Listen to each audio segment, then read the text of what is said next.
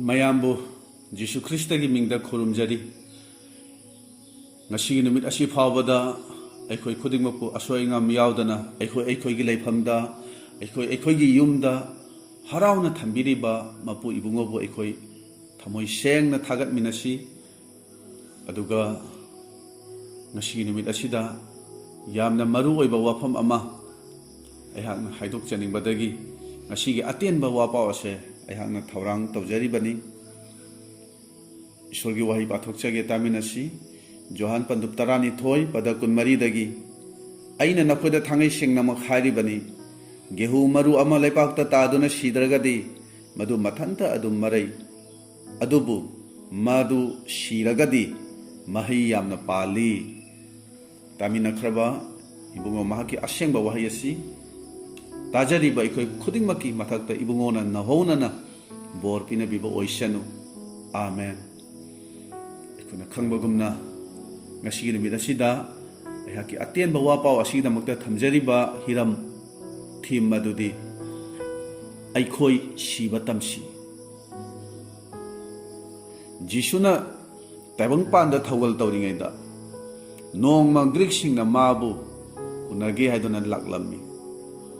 ꯑꯗꯨꯕꯨ ꯃꯈꯣꯏꯅ ꯖꯤꯁꯨꯒ ꯎꯅꯕꯁꯦ ꯍꯦꯛꯇ ꯐꯪꯈꯤꯗꯦ.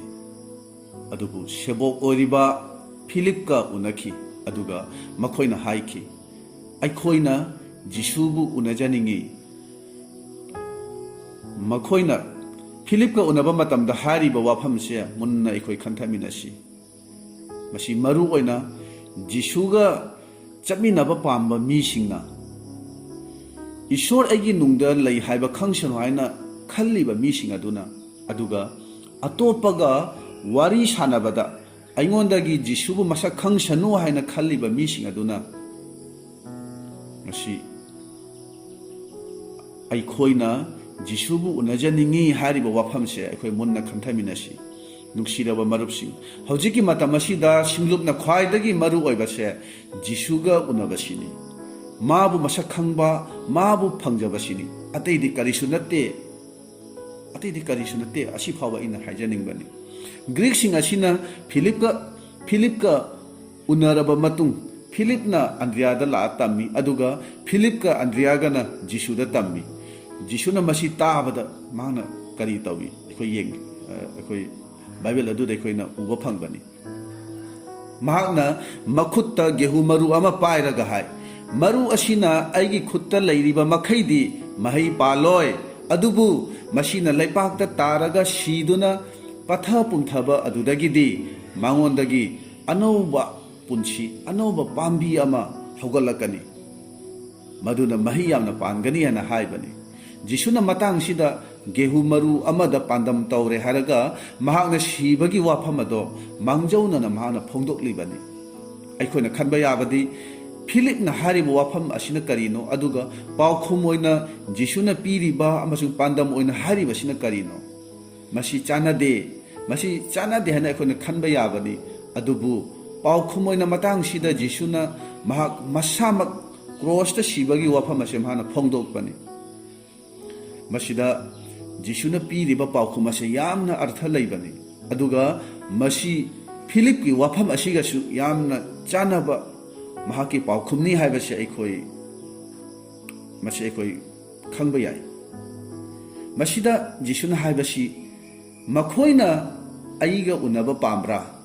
ꯑꯗꯨ ꯑꯣꯏꯔꯕꯗꯤ ꯑꯩꯕꯨ ꯎꯕ ꯌꯥꯕ, ꯑꯩꯕꯨ ꯐꯪꯕ ꯌꯥꯕ ꯂꯝꯕꯤ ꯑꯗꯣ ꯑꯁꯤꯅꯤ, ꯍꯥꯏꯕꯗꯤ ꯀ꯭ꯔꯣꯁꯇ ꯁꯤꯕꯁꯤꯅꯤ. ꯑꯁꯨꯝꯅ ꯖꯤꯁꯨꯅ ꯃꯈꯣꯏ ꯑꯅꯤ ꯑꯗꯨꯗ ꯏꯟꯗꯥꯏꯔꯦꯛꯂꯤ ꯑꯣꯏꯅ ꯃꯥꯕꯨ ꯐꯪꯕ ꯌꯥꯕ ꯂꯝꯕꯤ ꯑꯗꯣ ꯇꯥꯛꯄꯤꯕꯅꯤ.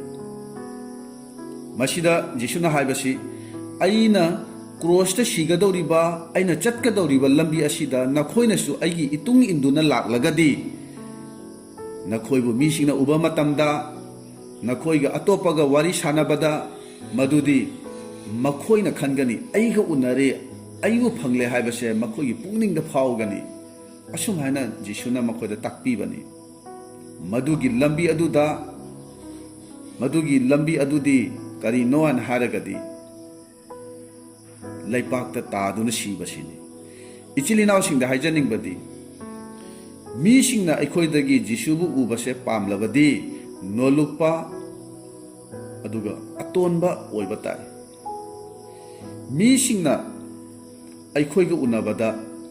masigi ishwar gi manaya se itop topi mahaka unabada wari sanabada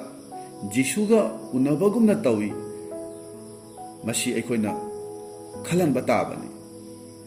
masigi punsi se oinana ba aikhoi leibak ta taduna siba tamsi jisubu atopa mida uhannana ba lambi di masini Philip na jisuda laglaga makhoina nahabu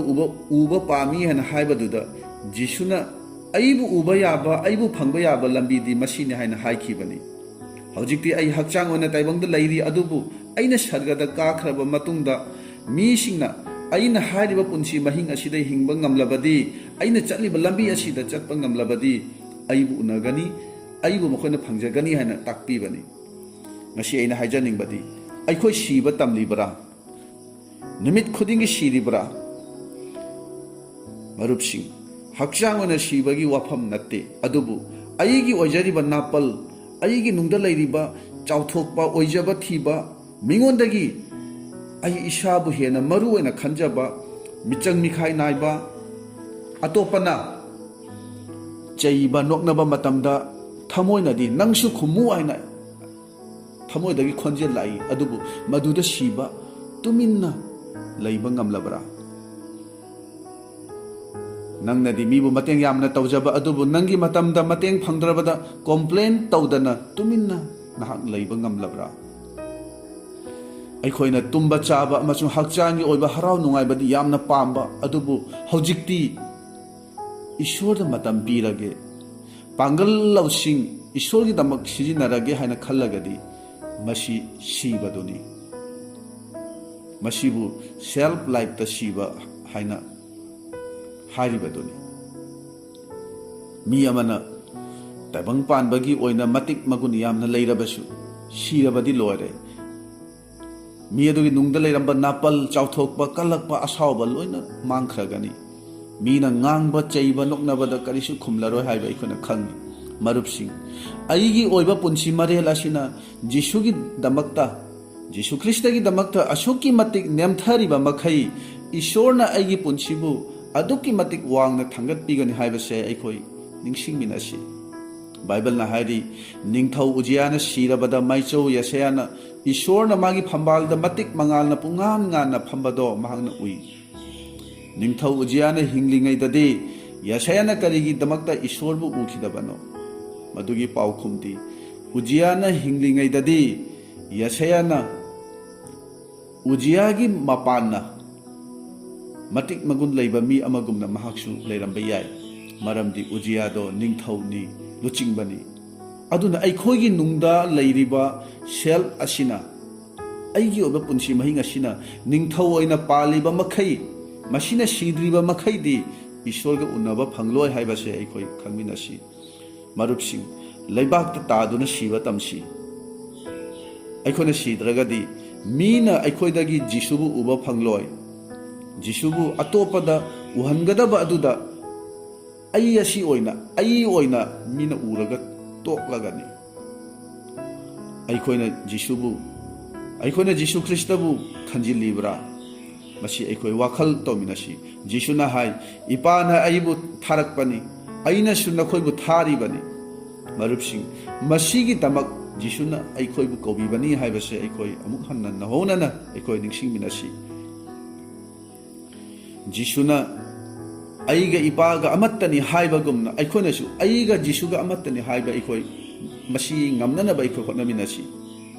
mimangda leptuna pau sandokpa isei saktuna thogal tawbase ahenbani haina khalamba yai hoi masi yam achoba afaba thogalni adubu aiga atopa mi amaga unaba matamda aingondagi jisu kristabu mi atopaduna uba phangbasina hena yamna maru oi haibase aina haijaningbani Bible gi yamna pamjaba wahi amadi jisuna sebok singbu khandokle mahaka loinana laiminare aduga pau sandoknabagi damak thare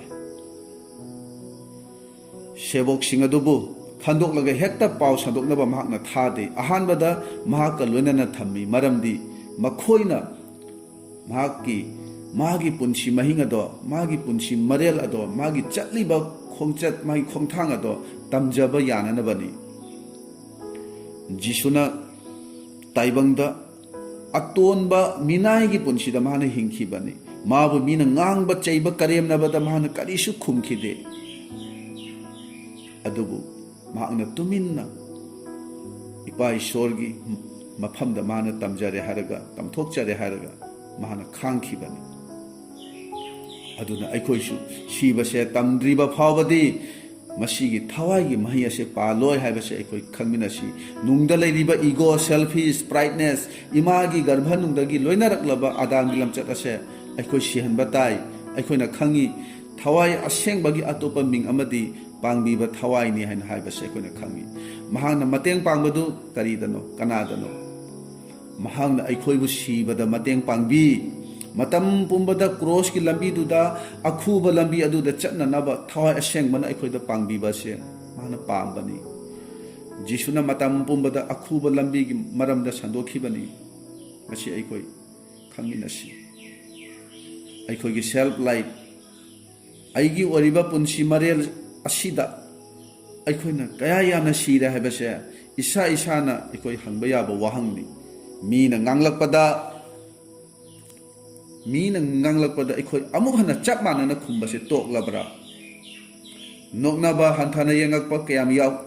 अखोइदा कयाम याव खरे अखोइना कयामुक यावना मदु अखोइ खांग खरे मतम अदुदसु अखोइ तुमिन्ना लैरिबरा अखोइगी ओरिबा फिबम सिदा अखोइ अवाबा खांग लेना खल्ली अदुबु अखोइगी ओरिबा फिबम असिना अखोइबु नोलुक हन्नबा ईश्वरना सिंबिबनि हाइबसे खंगदुना हेना ईश्वरबु अखोइना थागतलिबरा अना हंजनिबदी नुंगाइबता पामजबा ताइबंग पानबगी Arang अराक्ता ngaujaba cell phone दा ngaujaba असी मयाम असीगी मरमना अगी अहानबा नुंसीबदो थादोकलबरा अखोइ मुन्ना वाखल तोमिनसी नुंसीरबा मरुपसिंग अना हाइजनिंगी लाकदबा मतमदा नहाकपु जिसुगी सबक अमगुमना सिजिनहनबसे नहाकना पामलबदी अखोइ सीबा तमसी ममिंग चटलबी पाव संदोपी अमन असुमना हाय अइना पाव संदोक्त्रिङैदा अइ चामरक सीबा हाइबसे नोंगमदा हेक्ता याबा नत्ते ngasiदगी नुंगतिगी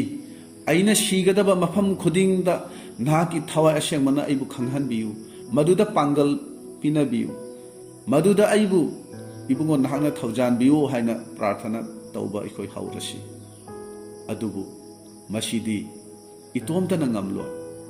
मसीगी पोपु से थांगतनबा प्रभु की मतेंग से अखोइ दरकार ताई नुंगतिगी प्रभु की मांगदा खुरु खुदक कुंदुना चंगजबा ताई इबुंगो नाहाकपु थागतनबगी दमक मतिक मंगाल फोंदोकनबगी दमक अइबु पांगबियु निंगथौ सोलोमोन साजबा निंगना संगी मनुंगदा इबुंगो नाहांगना चंगकपदा इबुंगो नाहाकी मतिक मंगालना निंगना संगदो पुमथन थनखिदुना येंगबा फावबा ngamkhidaba adugumna इबुंगो नाहांगना अइगी नुंगदा चंगबियु नाहांगना अइगी नुंगदा चंगकपसे अइना पामी अदुबु अइना खंगी अइगी नुंगदा अइ हाइबसिना निंगथौ ओइना पालिबा मखैदि नाहांगना अइगी नुंगदा चंगबिरोय अदुना अइना हाइजरी अइसु पोलगुमना क्रॉसता सीबा पामी अइ जिसुगा लोइनना क्रॉसता सीबा पामी अइ इसाबु सिहनजरगे अइगी इफमदा इबुंगो नाहना लाकपियु हाइदुना अखोइ ईश्वरदा हाइजरसी अखोइ इसाना इसाबु असुक्की मतिक सिहलिबा मखै अखोइना ईश्वरबु अदुकी मतिक सेंगना उबा फंगजगनी अइना अइगी ओइबा पुंसी असिदा असुक्की मतिक वांखतना हिंगलिबा मखै मीना अइगोंदगी जिसुबु अदुकी मतिक उबा फंगलोय हाइबसे अखोइ खंगमिनसी नुंसीरबा मरुपसिंगदा अरोइबा ओइना हाइजनिंगबदी जिसुना अखोइबु जिसु ख्रिस्टन अखोइबु कौथोकपसे मांगोंदा लैरिबा अदु खक्ता पीननबा नत्ते अदुबु महाक मसामकसे महाक मसामकी पुंसी असे अखोइगी इफमदा पिथोकपसे महाकना पामबनी जिसुना चंगदुना लैरिबसे जिसुना चंगदुना लैबसे कनादनो मसी हाइरगदी मसामकपु सिहनजरबा मी अदुगी नुंगदनी हक्चांगनदी पामलोय अदुबु अमुक हन्ना अइना हाइजरी अइखोय सिबा तमसी नत्रबदी महिसु पालोय जिसुगी खोंथांग मागी पुंसी मरेल अदुदा हिंगबसु ngamloy अइखोयबु जिसुना कौथोकपीबगी मही यानबा पुंसी अदो फंगदना थवाइना सिबा याबनी अदुना जिसुगा अइखोय हराउना उनजबा याननबा अइखोय सिबा तमसी तामिनखरबा इबुंगो महाकी वहाय असे अइखोय मयामगी मथक्ता इबुंगो महाकना नहोना न बोट पिनाबिबा ओइरसनु आमेन।